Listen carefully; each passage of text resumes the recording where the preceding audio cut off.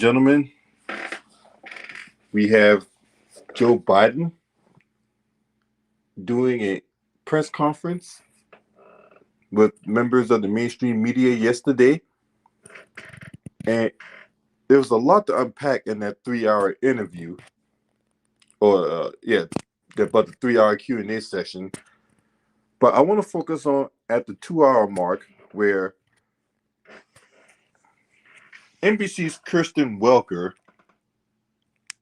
asked President Biden about delivering tangibles for the Black community and why he was so slow into delivering those tangibles for the Black community. And true to form of Joe Biden, I just happened to pull up the interview of what he said yesterday. And also on cue was full of excuses and he didn't have any time to deliver anything for the Black community. And I think that's complete nonsense. It was complete nonsense, and it was inexcusable for what Joe Biden said yesterday, considering that other ethnic groups didn't have to wait.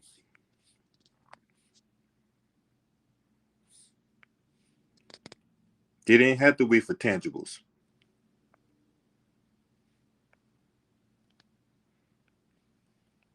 And that just goes to show you that the issues concerning the Black community does not concern him.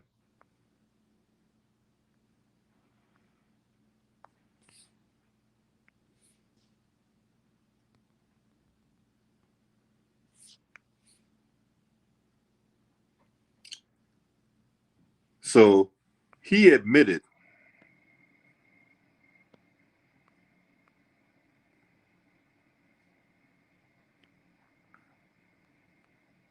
that he did not anticipate that there would be such a stalwart effort to make sure that the most important thing was that President Biden didn't get anything done. What? What do you mean by that?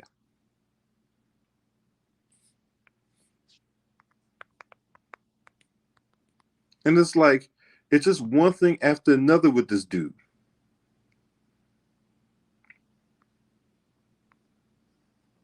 After they were pushing people, in the Black community over the last year to, hey, if you get us the House and you get us the Senate, you get us the presidency, we're going to deliver on these tangibles. We're going to take a look at the systemic racism that's been going on in the country. And they haven't delivered on any of that. Instead, they relied on symbolisms.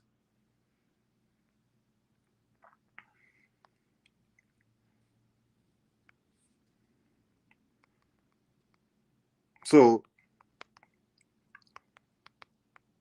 I don't want to hear anything from this administration about what they couldn't do and how they didn't have time and all this other stuff they were talking about.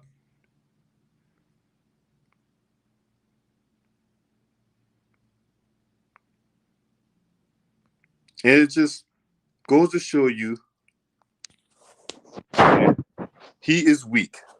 He's a weak individual. He doesn't do what he says he's going to do. And in that, we're going to be left out here looking stupid again.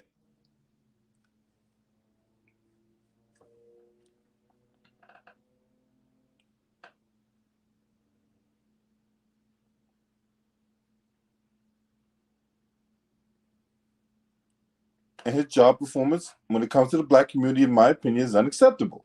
It is.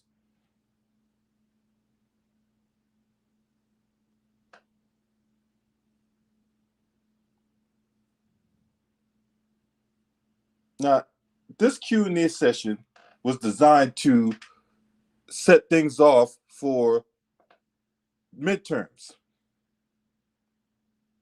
because midterms coming up in November.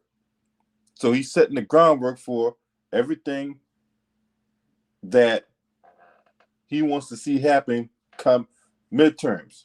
But in my opinion, I think the ship has sailed on that. I think the train's already left the station.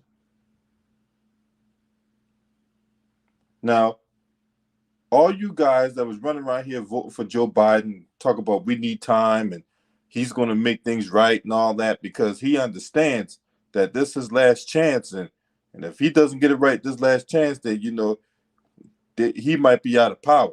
So all you guys that was telling us that nonsense when he first ran for president and he became the Democratic nominee, where are you guys at now?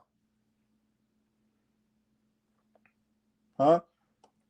Because it seemed like every time the Democrats take office and all that, after we give them what they want, now we got to sit up here and wait.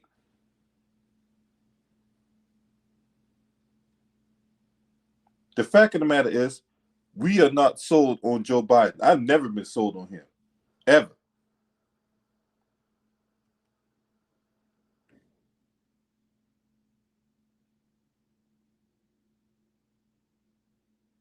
He doesn't inspire anybody. He doesn't move the needle for anybody. I mean, look what his own Democratic Party's doing to him. The Kirsten Cinemas and the Joe Manchins of the world. Look what they're doing to him. Now, Joe Biden has given them all the goodies, giveaways, and guarantees, and what did they do to repay the goodies, giveaways, and guarantees that they've given him? They shot down pretty much any and all of his agendas, whether it be Build Back Better, the infrastructure plan that started off as $6 trillion. So the Build Back Better and the infrastructure plan was supposed to be together. $6 trillion all of a sudden got taken down to $1.5 trillion. You got a Voting Rights Act, updated one, because as far as I'm concerned, we already got voting rights. So I don't understand why people out here getting up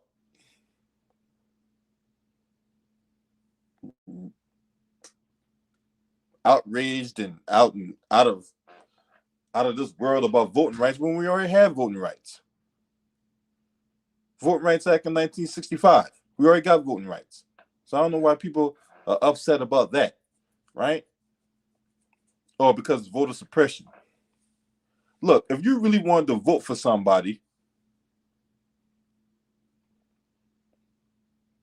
you take a day off of work, you go to wherever polling place you got to go to, and you show your ID to go vote for somebody. If you really want, I mean, come on.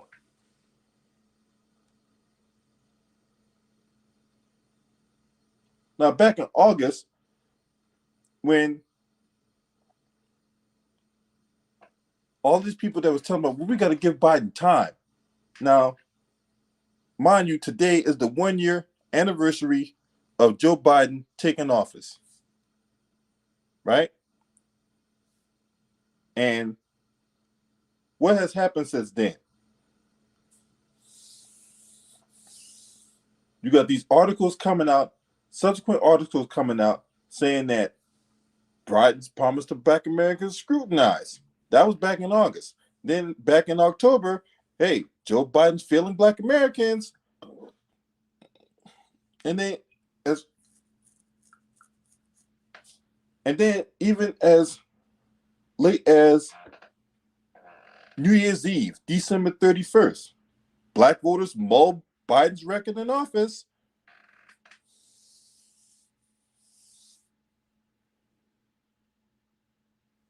And then yesterday, in an article produced by The Hill, which I'm going to go ahead and read,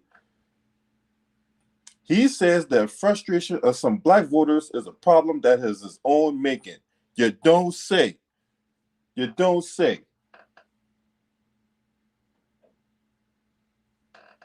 Now, as I alluded to earlier in the stream, he was asked by NBC's Kristen Welker about why he hasn't delivered for the Black vote, when it was in fact the Black vote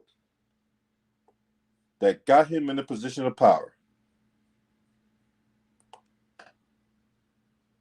He said part of the problem was related to timing of when voting rights was brought to the forefront in just the last week, suggesting that it was dictated by events happening in the country and around the world. The other issue Biden conceded was that he had not been out in public communicating directly with black voters as much as he would like during his first year in office. All right, so in those two paragraphs alone, there's a lot to unpack there because there was a lot of misleading information and flat out lies. Okay, Joe Biden, Kamala Harris had more than enough time, especially that first week in office when Joe Biden signed 46 executive orders. He signed 46 executive orders his first week in office, and did any of those executive orders have anything to do with the benefit of black people? No.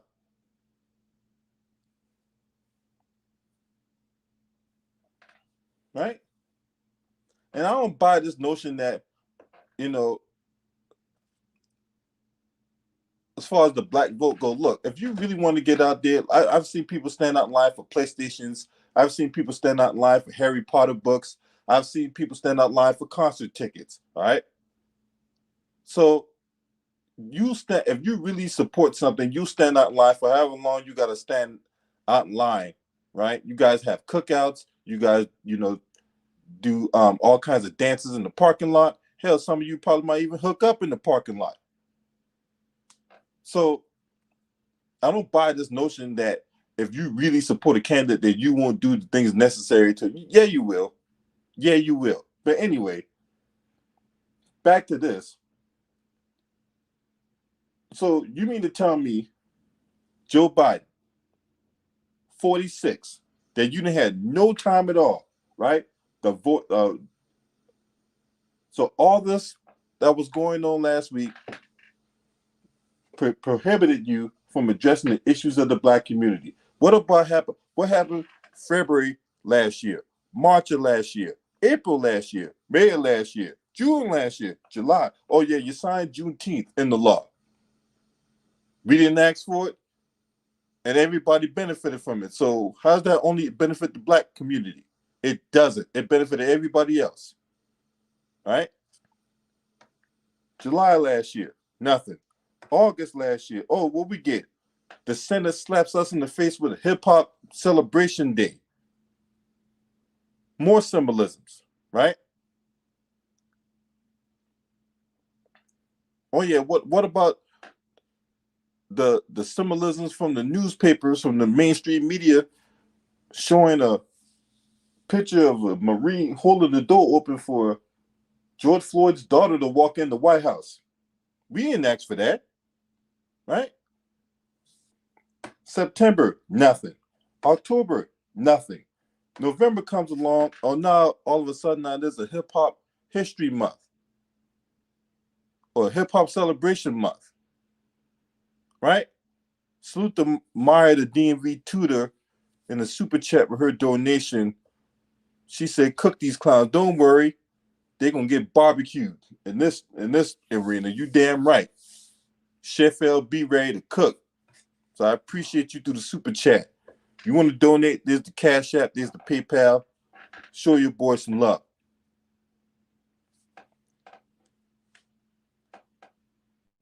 So we get a National Hip Hop Celebration or month. We didn't ask for that, right? If we wanted to celebrate the legends of hip hop, we can do that every day by listening to their music, or whenever they come to our town, we can go to their concerts. We don't need the Senate. And another thing, who in that governing body in the Senate listen to hip hop? The only guy I can even remotely think that listens to hip hop is that corny Booker. Cory Booker, the walking incarnation of Mr. Planners, is probably the only guy I know that I can even remotely think listens to hip hop. I don't think Tim Scott listens to hip hop. I don't think so. And I damn sure don't believe that ventriloquist dummy with the burnt up jack off hand listened to hip hop either. And Mitch McConnell.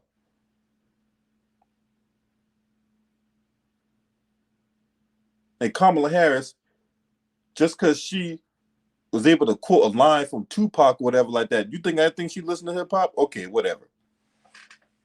Fuck out of here. Just because you wear Timbs, just because you go to Sylvia's in New York pretending to eat collard greens and perform and proclaim that you got that hot sauce in my bag swag, fuck out of here. So you mean to tell me? So when Joe Biden first, and then when Joe Biden first became president, before he even took office, he held a Zoom meeting with the so-called Black Miss Leadership class, right? With the NAACP president, right? And Al Sharpton and other members of the Boule-Bourget contingent. And he berated them on that Zoom call, and nobody, not one so-called black leader stepped up and checked this dude on it. But you didn't have time to, all these months go by. Didn't have time to address the issues in the black community. You know this systemic racism. It's been talked about on various live streams, on various platforms, but you ain't had time to address those issues, right? Okay, I don't want to hear that. That's bullshit. Now he did admit that he had been not out in the communication nearly enough. It's been here an awful lot. So you had time to address the issues of the Asians. You just cut the check. That was, matter of fact, that was one of his executive orders.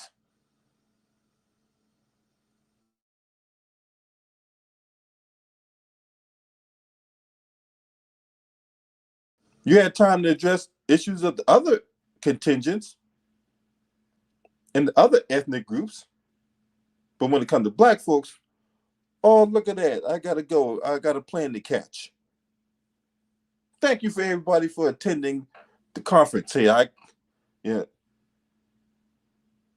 Same thing Simone Sanders did with, or attempted to do with Kamala Harris and trying to cut off the interview with Charlemagne the God, right?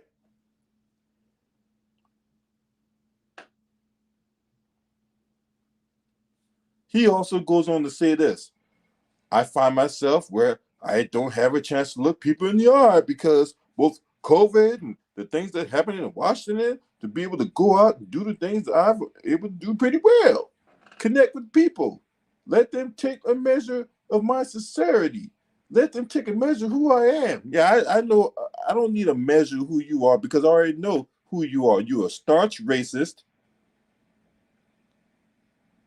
that wrote the '94 crime bill,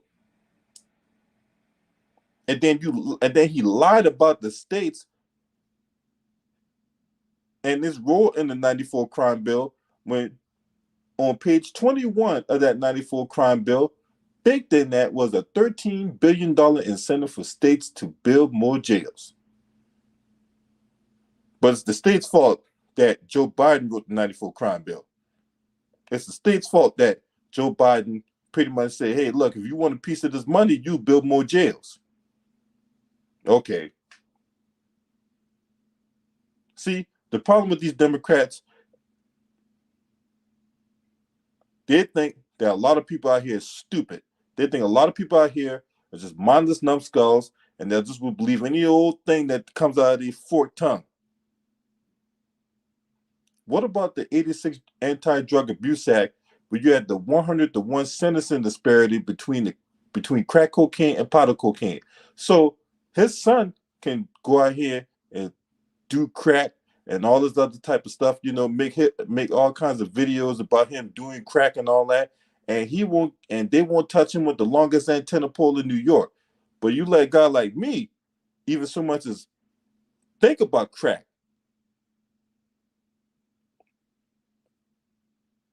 You let even so much as me touch a crack pipe, and I'm be in jail in the pokey, and Pookie trying to get a piece of my booty crack. No, thank you. No, thank you.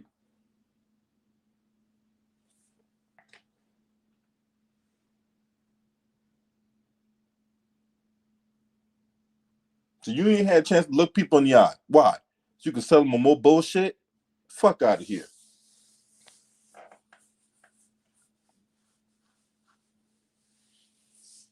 But I think as much as a problem that is my own making by not communicating as much as I should have. But don't you got members of the Congressional Black Caucus? A whole bunch of do-nothings like led by Stephen from Django himself and Jim Clyburn? You got a whole bunch of immigrants in the Congressional Black Caucus, right? So could none of them go out there and speak to the black community? I know Joe Biden with his 5-button dusty suit was down in South Carolina at one point, and those voters took his ass to task. Sitting up there holding that goddamn microphone like how a rookie prostitute hold a dick.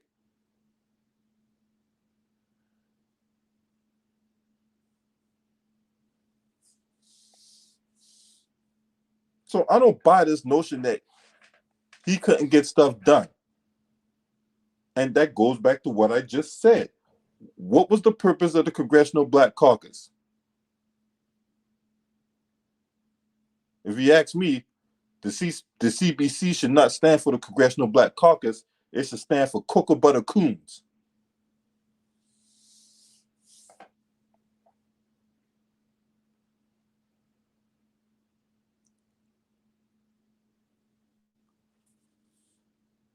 Yet you find when you deal with members of the Congressional Black Caucus and others in the United States Congress, I still have a very close working relationship. Yeah, because all you guys is eating good, right? When you throw out the occasional bird seed or breadcrumbs and all that, and they just come, scramble and fight over the bird seed and the breadcrumbs that you spread out and all that, and they're very content.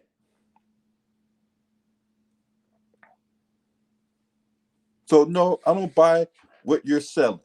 The Congressional Black Caucus is pretty much useless.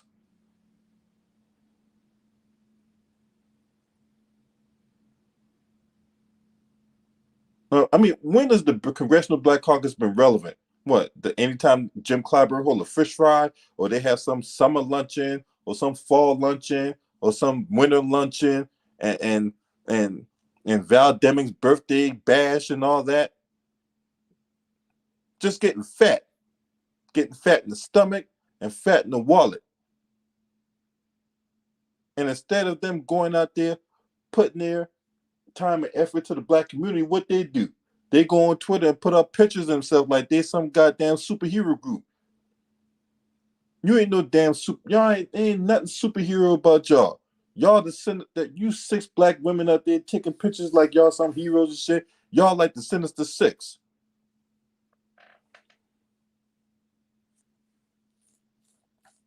DJ Sam for life. Salute, bro.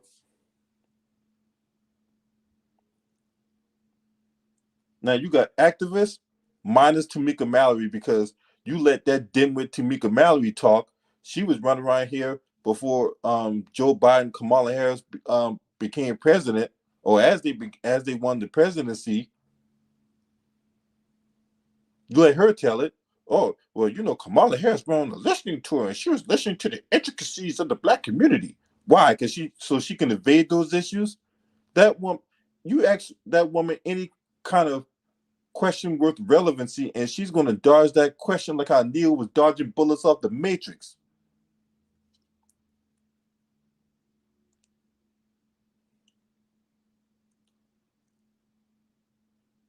She got her tap dancing shoes on, doing the 2-step, right on out the door. I don't know the answer to that shit. I'm out of here.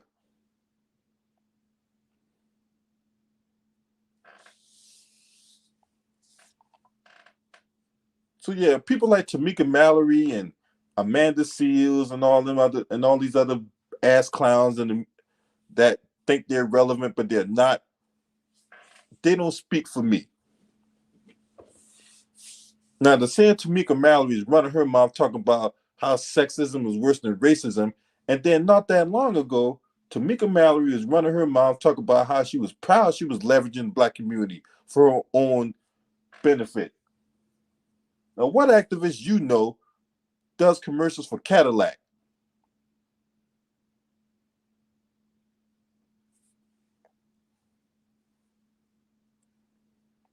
So she ain't no goddamn activist if you ask me. She's an opportunist. Now, activists and black voters especially expressed mounting frustration about the lack of progress on voting rights legislation. I don't know why these so-called black voters all pissed off about voting rights legislation when they already have voting rights.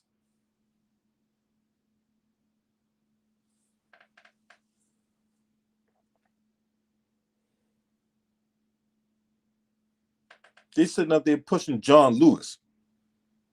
Now, I'm gonna ask everyone again because I've asked this question a bunch of times and I can't get a definitive answer. Right? What has John Lewis done?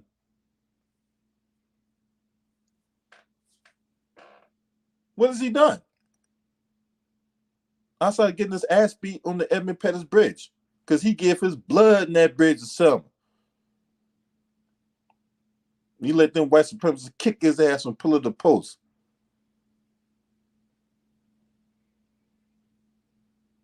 What does he do? I'm trying to figure out, what did he do?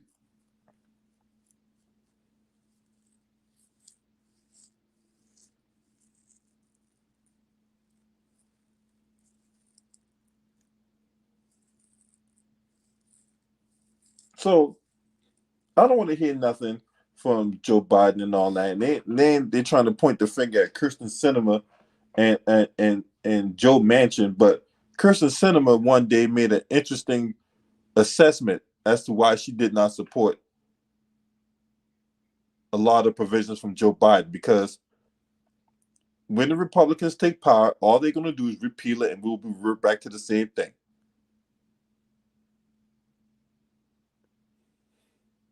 And she's right. But a lot of people miss that because they're focusing on the now.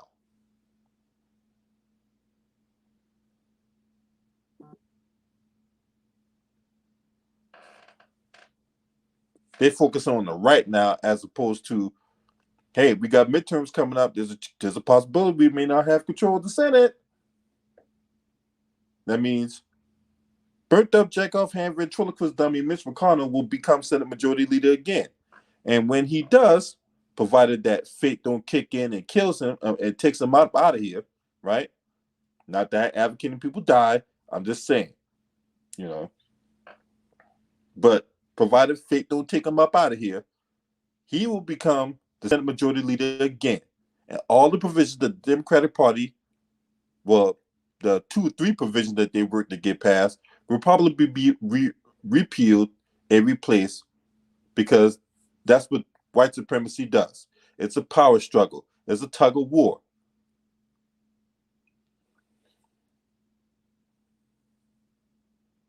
They frame things in their image. So if Biden can't get anything passed now when he has control of the Senate and the House, then he's going to catch hell if these Republicans take back the Senate. He is going to catch extreme hell.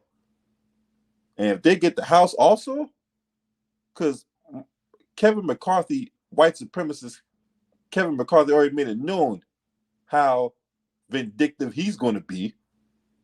These guys already talk about impeaching Biden. These guys chomping at the bit to get control of the Senate and get control of the House so they can start the impeachment process of Joe Biden. They admitted knowing they're going to do that. So you sitting up here playing games with the black community, talk about how you ain't got no time, but it took you no time to sign bills for the Asians and the Palestinians and the Jewish and all these other ethnic groups. But now we gotta wait. Well, you know what? We got to sit up here and wait for our tangibles. You're going to suffer a power outage, Joe Biden, and it's going to be all your fault.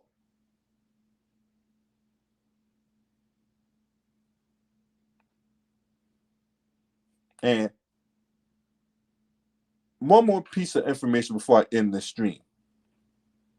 Now, I talked about an individual yesterday by the name of Paul Begala. He was a Democratic strategist and former advisor under the Clinton administration. Now, if you not check that video out, please check that video out. Now, I wonder if Paul Begala told those communications aides to Kamala Harris to bring her ass on TV to do more interviews, because she continues to botch interview after interview after interview. Matter of fact, that the interview she did with that pasty faced bastard Lester Holt, she botched that interview so bad when they were at the border, to where the White House tapped into John Cooper's feed. Now, John Cooper works for CNN, criminal news network. I mean, cable news network. They tapped in his feed, pretty much admonishing Kamala Harris, and then she was ordered by Joe Biden to attend interview training.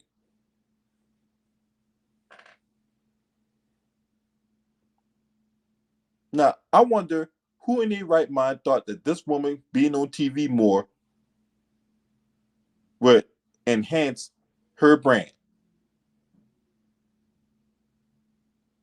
That was a dumb decision by Joe Biden to tap this woman as his running mate. And he already came out yesterday saying that she's going to be his running mate for 2024. If that's the case, then we're going to have a Republican president in 2024. That's provided that Joe Biden lives to see 2024.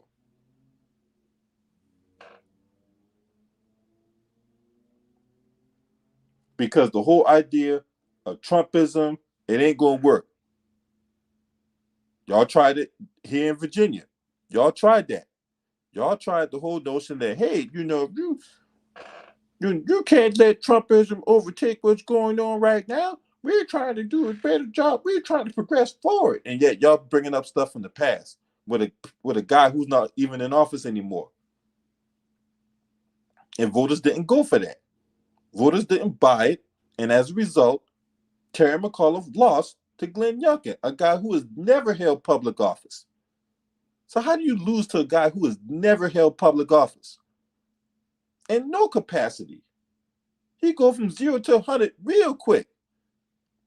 He go from a businessman to a governor, just like that. But yet y'all still talking this shit about Trumpism. And where's the where we at with the January 6th commission? Right? So some of the stormtroopers went to jail, but what happened to the main component? What happened to the head honcho? Right? Why ain't y'all touching Teflon Don yet?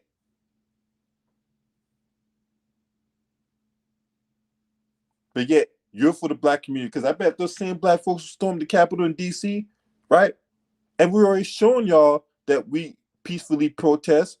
Did you forget about the Million Man March in 1995? How many people stormed the Capitol during the Million Man March in 1995? Oh yeah, I'll give you a hint. Is a number less than 1.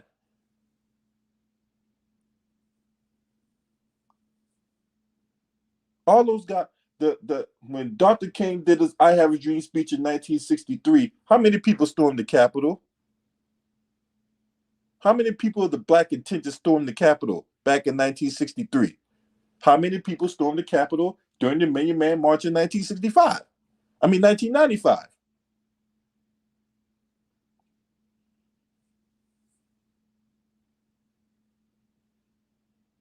We just want what we owe. We weren't trying to overthrow the government. We just wanted what we owed. And yet y'all continue to spit in our face every chance we get. But yet you guys want to sit up here and say, hey, y'all want to spit in our face like Paul Begala, and yet come election time, y'all want us to vote for y'all. Taking both sides of the conversation, huh? That's what we do now. We like to take both sides of the conversation. Spit in our face, and then when it comes time to vote, when it comes to election time, y'all want us to vote for y'all. Fuck out of here. At some point, you got to get off the treadmill. At some point, you got to get off the hamster wheel. At some point, you got to say enough is enough. You don't deliver on the goods, you ain't gonna get if you don't give us what we want, you're not gonna get what you want. because this is a quid pro quo. It is transactional. It is what have you done for me lately, as the great singer Janet Jackson put it.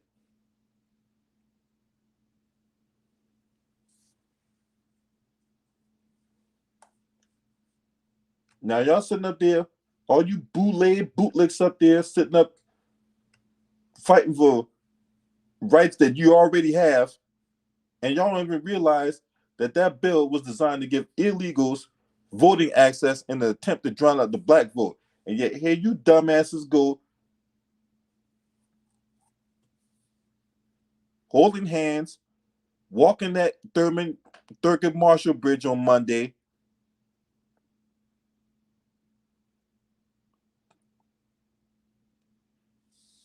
not realizing y'all are being used and abused and being sold up the river. So, no, I don't expect Joe Biden to all of a sudden have this come to Jesus moment and do a 180. I don't think so. I don't think so. Smash the like, hit the subscribe. This your boy. Scream at me. Oh!